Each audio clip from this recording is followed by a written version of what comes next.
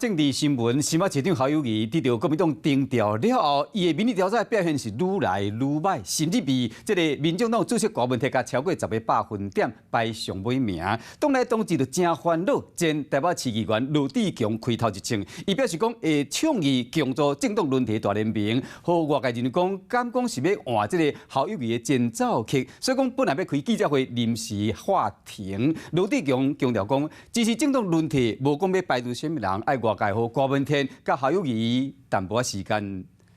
虽然记者会暂停，但是呢，推动政党大联盟的这个想法跟行动倡议，我们不会停下来。发出政党轮替大联盟的想法，主张在野党应该爱牵手合作。侯友宜或者是郭文特上当选，拢唔是上重要的问题。严格大概6点钟了后，一透早记者会雄雄来话庭，就是因为洪介细做是开放去保侯友宜的第一枪。对于国民党，我有情感跟身份上的义务，我会支持侯友宜。可是我个人的情感、个人政党身份上的义务，并没有办法超越台湾民主的总体目标，应该就是让侯友宜跟柯文哲努力的在政党轮替这条路上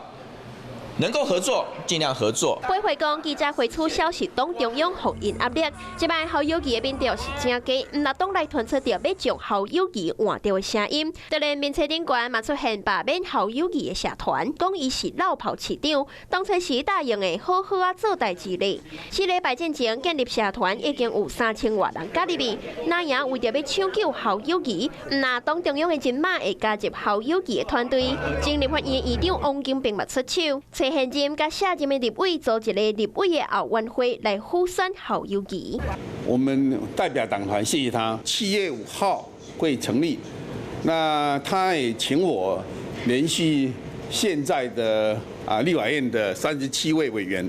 党中央党团甲智库出手来斗3工，用真济方法要替侯友宜化解危机。嗨，我是庄宇杰，想要看到更多的新闻内容吗？赶快订阅华视新闻的 YouTube 频道，并且开启小铃铛，跟着宇杰一起看新闻吧。